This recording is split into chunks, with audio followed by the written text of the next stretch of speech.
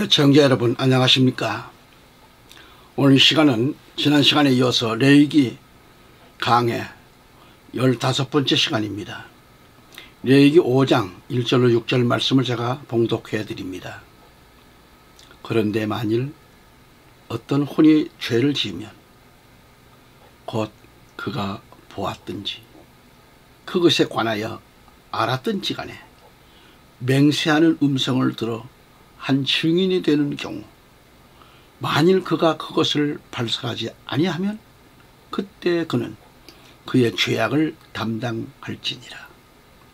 혹은 만일 어떤 혼이 불결한 어떤 것들을 만졌다면 그것이 불결한 짐승의 사체든지 불결한 가축들의 사체든지 기어다니는 불결한 것들의 사체든지 간에 비록 그것이 그에게 감추어졌다 해도 그 역시 불결해지고 유죄가 되리라. 혹은 만일 그가 사람의 불결함을 만진다면 그것이 어떤 불결함이든지 간에 사람이 그것으로 더럽혀지고 그것이 그에게서 감춰졌다고 해도 그가 그것에 관하여 알게 되는 그때에 그가 유죄가 되리라. 혹은 만일 어떤 혼이 그의 입술로 악을 행하거나 선을 행하겠다고 발표하면서 맹세하면 사람이 맹세로 발표한 것이 무엇인지 간에 그것이 그에게서 감춰졌다고 해도 그가 그것에 관하여 알게 되는 그때에 그가 이런 것들 중 하나에서 유죄가 되리라.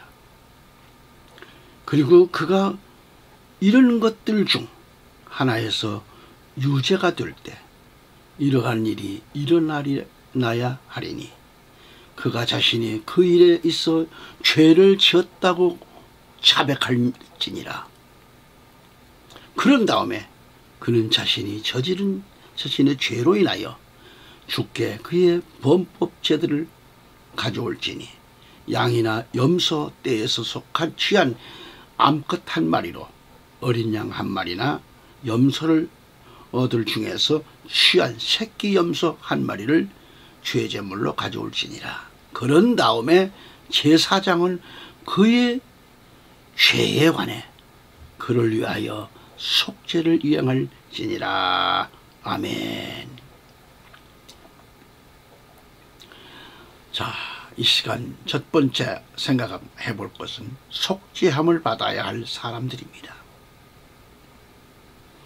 오늘 본문 1절을 보면 그런데 만일 어떤 혼이 죄를 지으면 곧 그가 보았든지 그것에 관하여 알았든지 간에 맹세하는 음성을 들어 한 증인이 되는 경우, 만일 그가 그것을 발설하지 아니하면 그때 그는 그의 죄악을 담당할지니라는 그런 말씀입니다.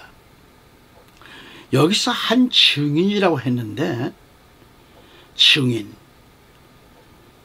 히브리 원문에 에드라고 하죠. 에드. 이 증인이란 이것은 어떤 범죄 사건과 직간접으로 관련이 있다든지 또는 사건 해결에 실마리를 갖고 있는 그런 자를 가리키는 거죠. 증인. 유대 재판관들은 증인을 법정에 출석시키고 또 진술을 요구할 권한이 있었어요. 이것은 먼 훗날 대제사장이 예수 그리스도께 그가 하나님의 아들이신 것을 자백하실 수 있게 그렇게 강요한 데서도 잘 나타나 있습니다. 마태복음 26장 63절로 64절 두 절을 보면 그러나 예수님께서는 자신이 침묵을 지키셨더라. 이에 대제사장이 그분께 대답하여 말하기를 내가 너에게 살아계신 하나님으로 엄명하노니 내가 하나님의 아들인 그리스도인지를 너는 우리에게 알리라 하였더라. 예수님께서 그에게 말씀하시기를 내가 말하였도다. 그럼에도 불구하고 나는 너희에게 말하노니 이후로는 인자가 권능의 오른편에 앉아 있는 것과 하늘의 구름들 가운데 오는 것을 너희가 보리라 하시니라는 말씀을 하셨습니다.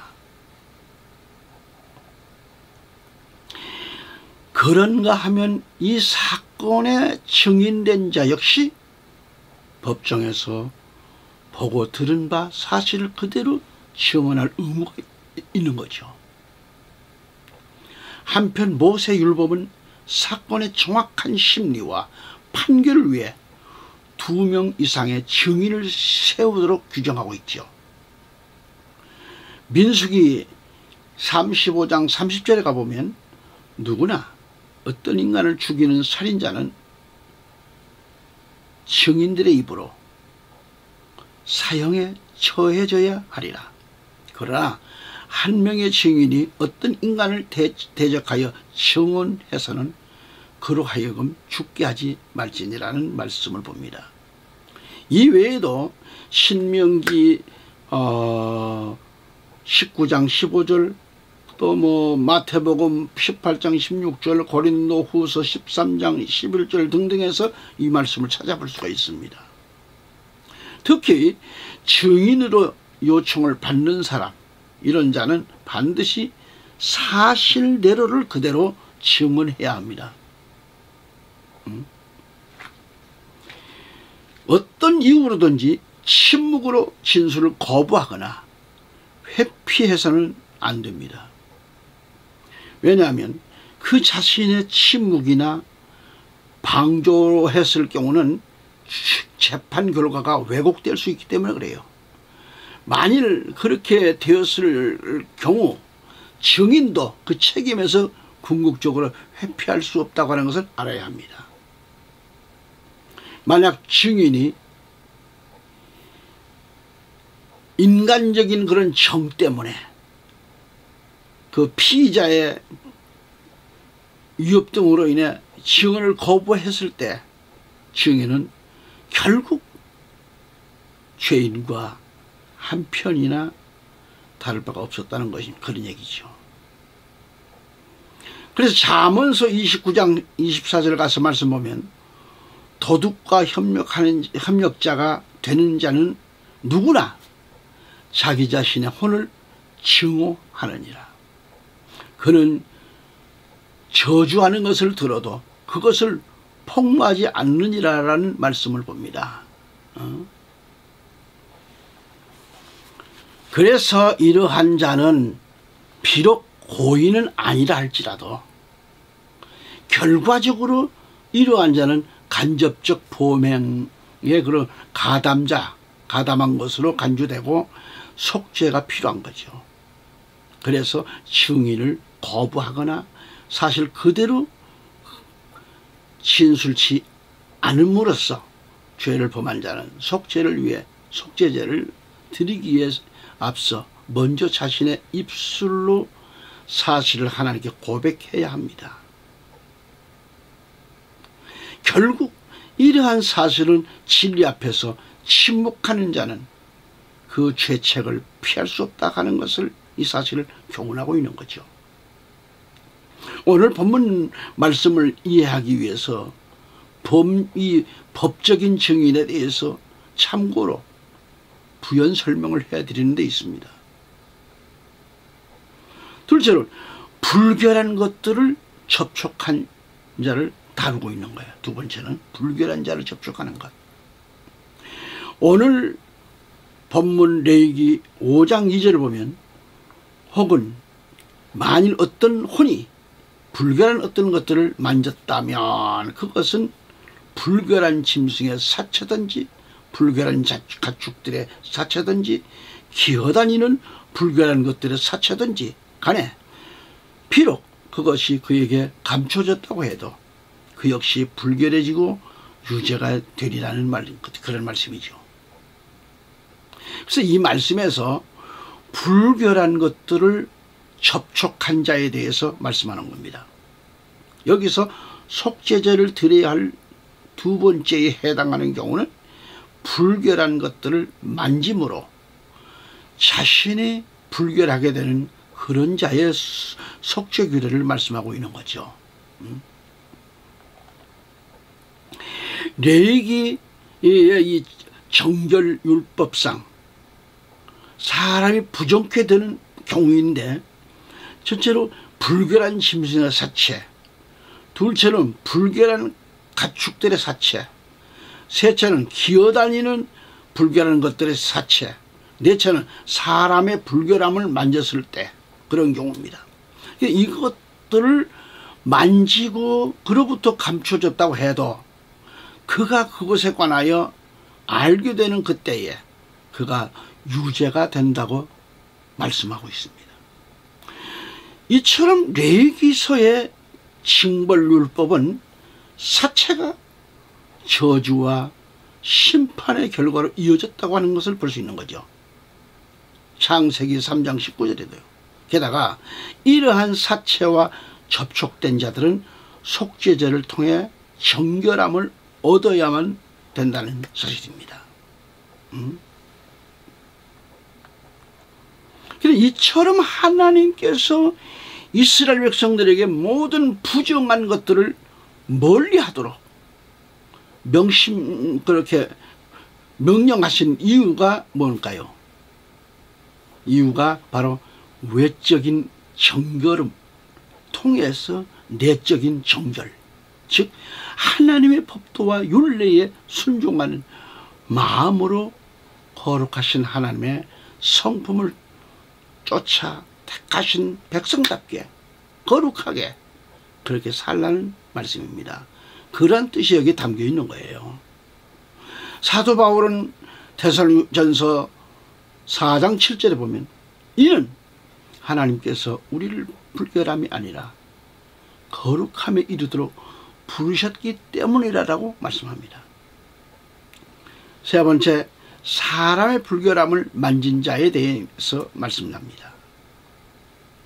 이 말씀을 다루고 있는데 레위기 5장 3절을 보면 혹은 만일 그가 사람의 불결함을 만진다면 그것이 어떤 불결함이든지 간에 사람이 그것으로 더럽혀지고 그것이 그에게서 감추어졌다고 해도 그가 그것에 관하여 알게 되는 그때에 그가 유죄가 되리라 라는 말씀입니다.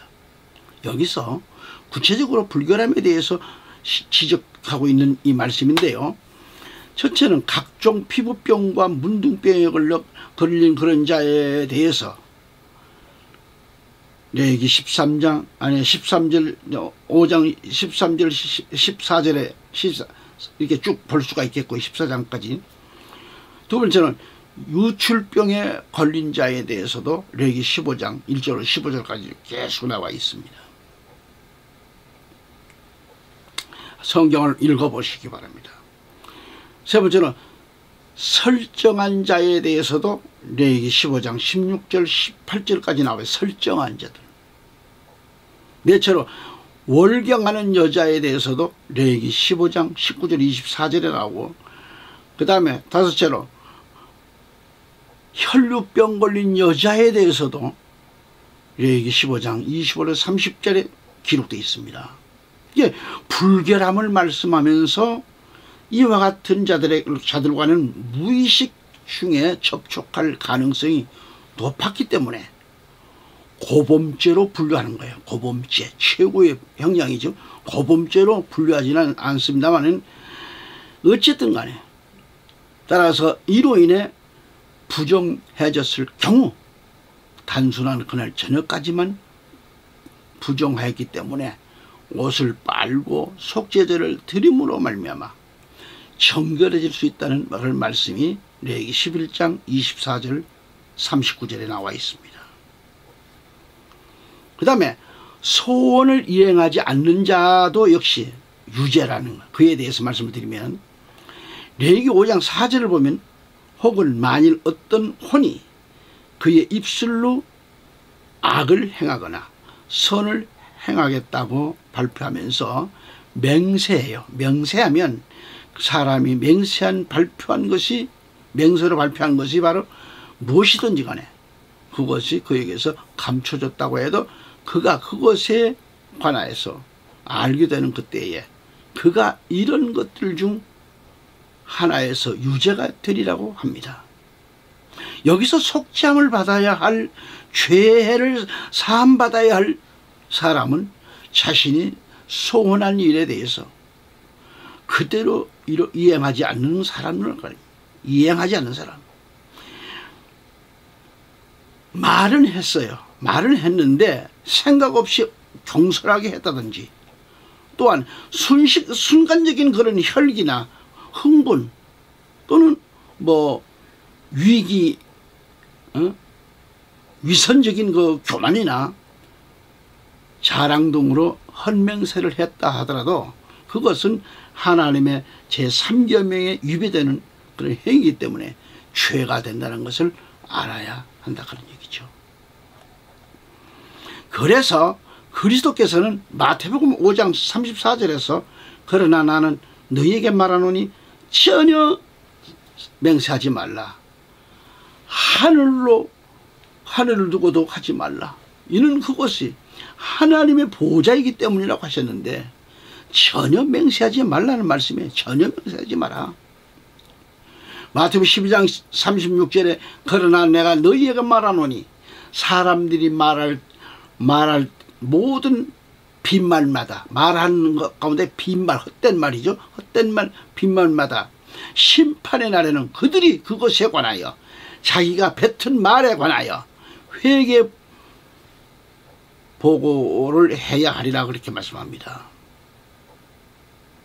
책임을 져야 합니다. 그러니까 사람이 무슨 말을 하든지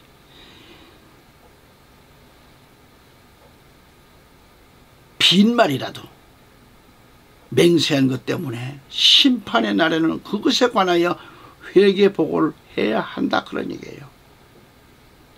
그래서는 우리는 말을 할 때도 책임질 수 있는 말을 해야 되는 거죠. 가치 없는 말, 무익한 말은 삼가해야 되는 거예요. 삼가하라. 말을 해놓고 감당하지 못할 그런 말이 돼서는, 그렇게 됐다면 심판날에는 그에 관하여 해명하게 된다는 예수 그리스도의 말씀을 우리는 알아야 합니다. 말을 해도 유익하고 덕을 끼치는 말, 진실한 말만 하되 책임지지 못할 말은 해서는 안 된다 그런 얘기예요.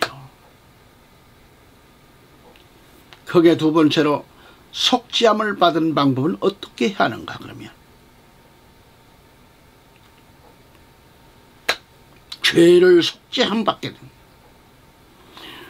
본문 5장 5절에 레기 그리고 그가 이런 것들 중 하나에서 유죄가 될 때 이러한 일이 일어나야 하리니 그는 자신이 그 일에 있어 죄를 지었다고 자백할지니라 라고 합니다.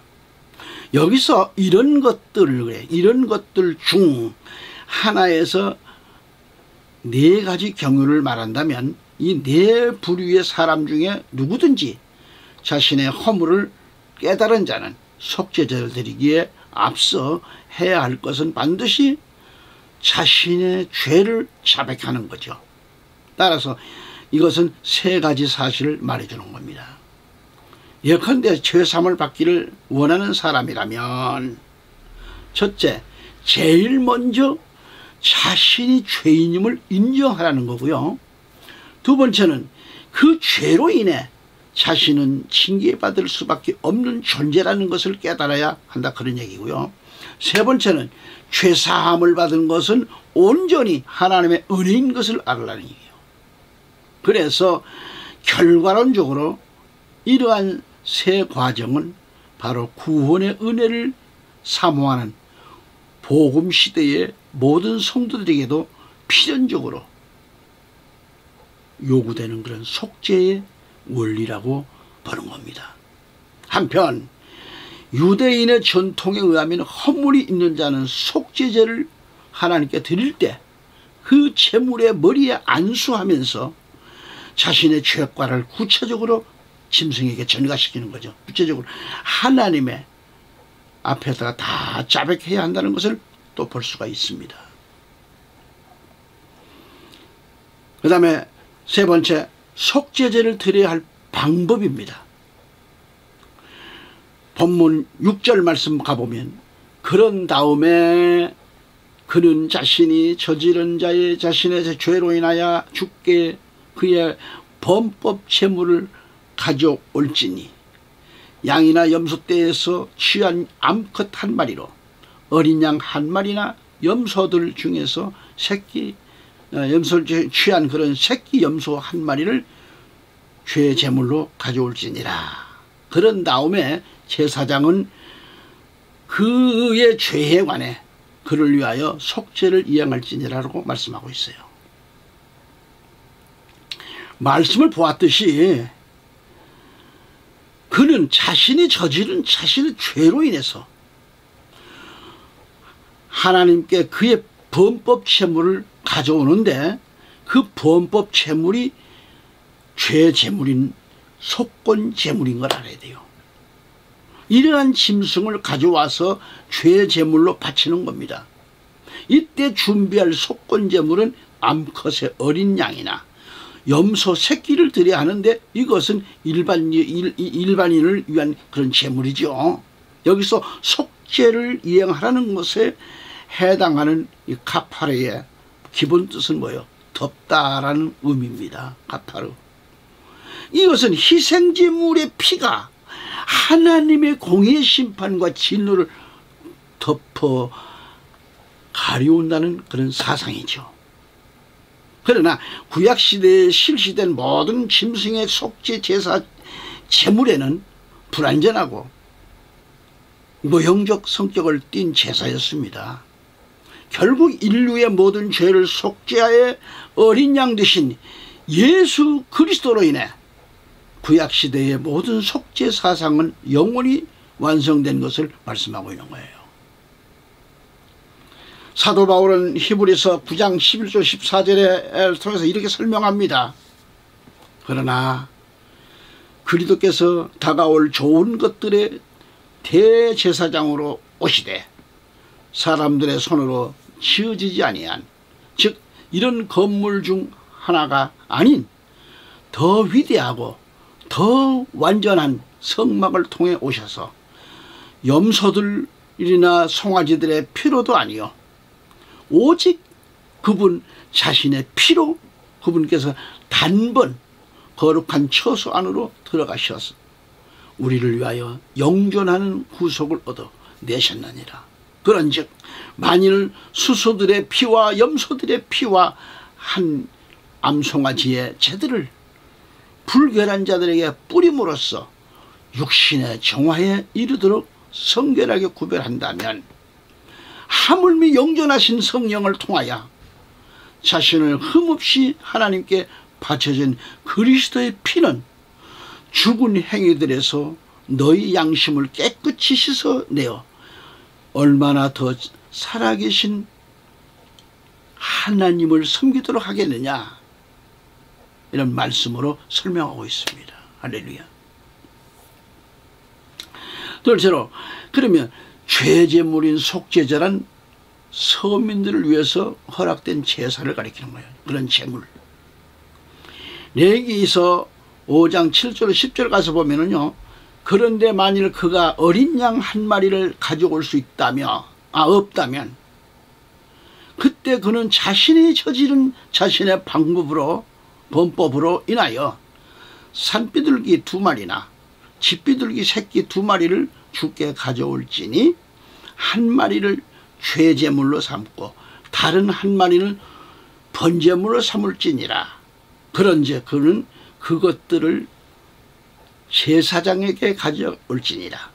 제사장은 먼저 죄제물로 삼은 것을 바칠지니 그의 머리를 그의 목에서 비틀어 끊거나 그것을 2동강 내지는 말지니라. 그리고 나서 그는 그 죄제물의 피를 제단의 측면 위에 뿌릴지니라.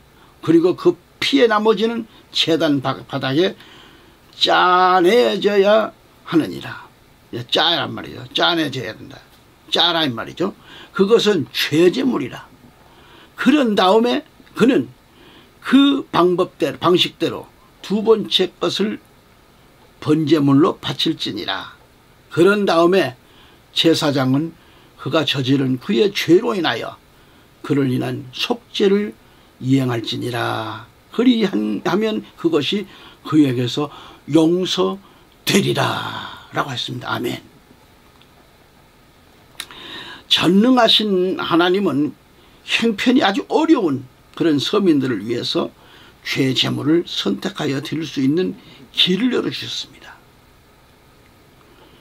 형편이 넉넉한 사람들은 능히 드릴 수 있지만은 어려운 서민들은 어린 양이나 염소를 바칠 만한 형편이 못 되잖아요.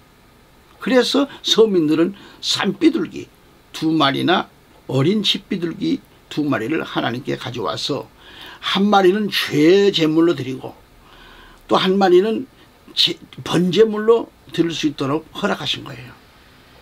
이렇게 함으로 죄에서 용서함을 받았습니다. 또한 하나님의 섭리는 죄 용서함 받은 일에는 빈부의 차별이 없다는 것을 말씀하고 있는 거죠. 그래서 속죄의 의미는 제물에 갇혀 있는 것이 아니라 제물의 피에 있다고 하는 이 사실을 보여주신 거예요. 아멘.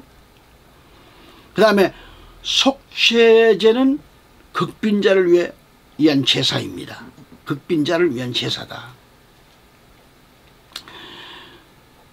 레위기 5장 11절 13절을 가보면 그러나 만일 그가 산비둘기 2마리나 집비둘기 새끼 2마리를 가져올 수 없다면 그때는 죄를 지은 자가 죄제물로서 고운 곡물 가루 1에파 중, 그래서 1에파 중 10분의 1을 자신의 제물로 가져올지니라. 에바를 말합니다. 에파라는 것은 에바입니다.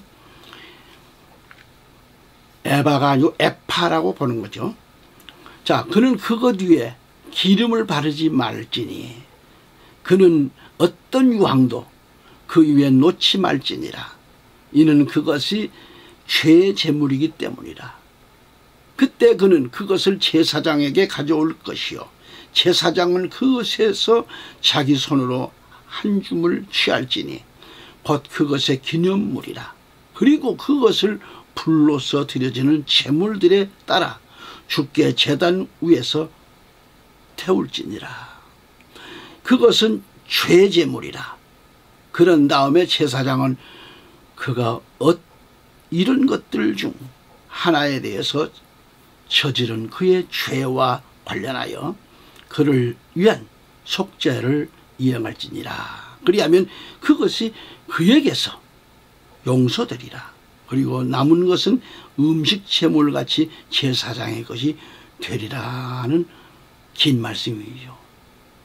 그래서 하나님께서는 아주 극빈자들까지도 형편에 따라서 예배 드릴 수 있는 조건을 만들어 주셔요.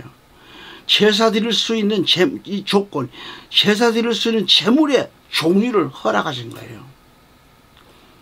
산비둘기와 집비둘기도 드릴 수 있는 극빈자들을 위하여 특별히 배려해 주셨습니다. 이들이 드릴 수 있는 것은 이 에파 10분의 1이지요. 에파 10분의 1. 이것은 약 23리터 정도가 되는데요. 23리터인데 10분의 1이라는 것은 따라서 에파 10분의 1은 약 2.3리터가량 되는 적은 분량이에요. 그런데 여기서 기름, 자, 비만이나 이런 걸 가르치죠. 비만이나 유향을 사용할 수 없도록 금하셨어요. 그 까닭이 뭘까요? 죄사함을 받기 위하여 드려지는 죄제물의 성격 때문에 그래요. 다시 말해서 죄사함을 받기 위하여 드려지는 속죄 제물의 아름다운 삶의 상징인 향내나는 이 같은 식물들을 첨가하는 것은 속죄제의 성격에 맞지 않는다는 것을 말해주고 있습니다. 따라서 감사와 헌신을 맹세하기 위해 고운 가루에 기름과 유향을 첨가하여 드리던 음식 제사의 경우와는 대조가 됩니다. 한편 극빈자들에 대한 이와 같은 배려는 첫째는 모든 사람은 빈부에 관계없이 죄를 지을 수 있기 때문이라는 것이고요. 또 범죄 시 누구나를 막론하고 죄사함을 받아야 한다는 그런 말씀입니다. 둘째로 죄사함은 뭐예요? 결코 물질의 경중에 있지 않고 오직 마음의 중심, 혼, 바로 이 정성이 있다는 것을 말씀하고 있습니다. 사무엘상 15장 22절, 이사야 52장 3절과 55장 1절 말씀을 참고하시면 되겠고요.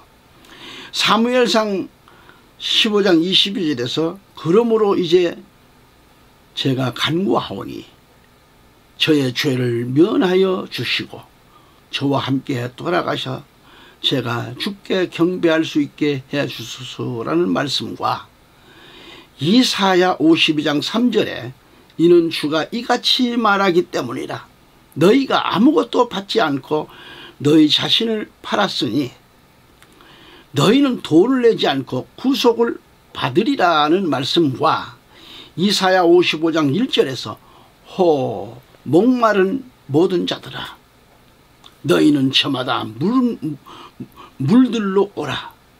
그리고 돈 없는 자도 오라. 너희는 와서 사 먹으라. 진정 돈 없이 값없이 와서 포도즙과 젖을 사라. 이렇게 말씀하고 계십니다. 그 다음에 죄사함을 통한 구원은 뭐예요? 인간의 외적 조건, 즉 빈부 귀천이나 남녀노소에 관계없이 복음을 받아들이는 모든 자에게 해당되는 말씀이고요. 그리고 이 사실을 널리 미친다는 겁니다. 그 다음에 속죄제는 뭐예요? 의무제인 만큼 빈부 귀천 없이 누구나 손쉽게 속죄제 예물을 구함으로 반드시 자신의 죄와 허물을 사함받아야 한다고 하는 이 사실을 보여주고 있는 거고요. 다섯째로 뭐예요? 아무리 극빈자랄지라도 재물을 면제시키지 않습니다. 반드시 바쳐야만 했다는 것을 말씀하는 거고요. 다시 말하면 재물 없는 속죄함은 없다고 하는 이 사상을 보여주고 있는 거고요. 이것은 진리이기 때문에 이것은 곧 모든 인간이 오직 예수 그리스도의 피 흘림을 통해서만 구원을 얻는다고 하는 이 사실을 깨우쳐주고 있는 거예요. 이런 이 하나님의 섭리가 여기 있는 겁니다. 이 시간 속죄제와 속건제에 대해서 말씀을 나누었습니다. 다음 시간 또 다시 뵙겠습니다. 감사합니다.